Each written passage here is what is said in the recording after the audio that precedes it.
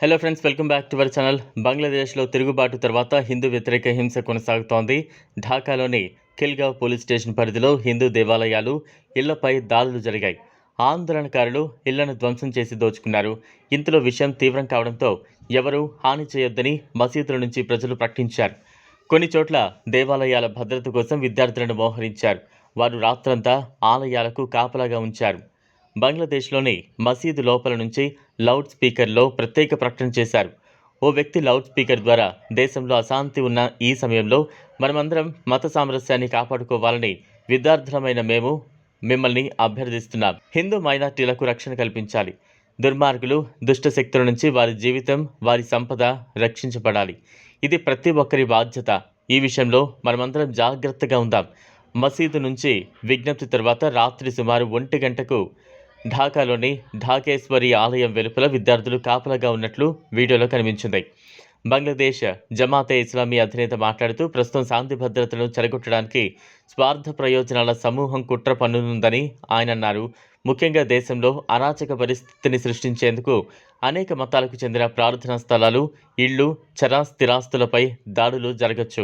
బంగ్లాదేశ్ జమాతే ఇస్లామీ ప్రజలు, అన్ని రాజకీయ పార్టీల నాయకులు, కార్మికులు, అన్ని మతాల ప్రజలపై దాడి చేయకుండా కాపలాదారు పాత్ర పోషించాలని విజ్ఞప్తి చేసింది. నిజానికి బంగ్లాదేశ్లోని పబ్నా జిల్లాలో హిందూ మైనార్టీల ఇళ్లపై దాడులు జరిగాయి. హింసాకాండ కారణంగా సుజానగర్లోని హిందూ కుటుంబాలు రాత్రంతా నిద్రలేని పరిస్థితి నెలకొంది. వార్డు నంబర్ 2లో విధ్వంసం, దోపిడీ ఘటన వెలుగు చూసింది. హిందూ మహిళలు, చిన్నారులు అరుస్తూనే ఉన్నా ఎవ్వరూ సాయం చేయలేదు. బంగ్లాదేశ్లో హిందువులపై నిరంతరం దాడులు జరుగుతూనే ఉన్నాయి. బంగ్లాదేశ్లోని కందిపరా జిల్లా వరత్లోని ఖాళీ ఆలయంలో ఛాందసవాదులు దాడి చేశారు. దేవాలయంలో ఉంచిన విగ్రహాలను ఛాందసవాదులు పగలగొట్టారు. ఆలయంలో ఉంచిన కొన్ని విగ్రహాలను బయటకు విసిరేశారు. ఆలయం ద్వారం కూడా ధ్వంసమైంది.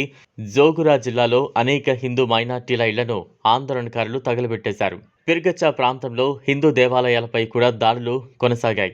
వాహనాలకు నిప్పు పెట్టారు. నోఖాళీ ప్రాంతంలో ఆలయంపై కూడా దాడి జరిగింది. ఆలయాన్ని ధ్వంసం చేశారు. గుడి బయట నిప్పు పెట్టి అక్కడున్న వారిపై కూడా దాడి చేశారు. నిరసనకారులు బంగ్లాదేశ్లోని అనేక వార్తా ఛానళ్లను ధ్వంసం చేశారు. న్యూస్ ఛానల్లో ఉంచిన వస్తువులన్నింటినీ నిరసనకారులు పగలగొట్టారు. కార్యాలయంలో విధ్వంసం జరిగిన తర్వాత వార్తా ఛానల్ ప్రసారం చేయబడదు. బంగ్లాదేశ్లోని 71 TV, Somoy TV, DBC news TV, ATN Bangla, సంకల్ న్యూస్ ఛానళ్లను ధ్వంసం చేసేశారు. షేక్ హసీనాకు అనుకూలంగా వార్తలు చూపించినందుకు ఛానళ్లను లక్ష్యంగా చేసుకున్నారు. ఇది ఫ్రెండ్స్ ఇవాల్టి వీడియో. ఈ టాపిక్పై మీ అభిప్రాయాన్ని కామెంట్ బాక్స్లో కామెంట్ చేయండి. వీడియో కనుక మీకు నచ్చినట్లయితే లైక్ చేయండి, షేర్ చేయండి, ఛానల్ను సబ్స్క్రైబ్ చేసుకోండి. Thanks for watching.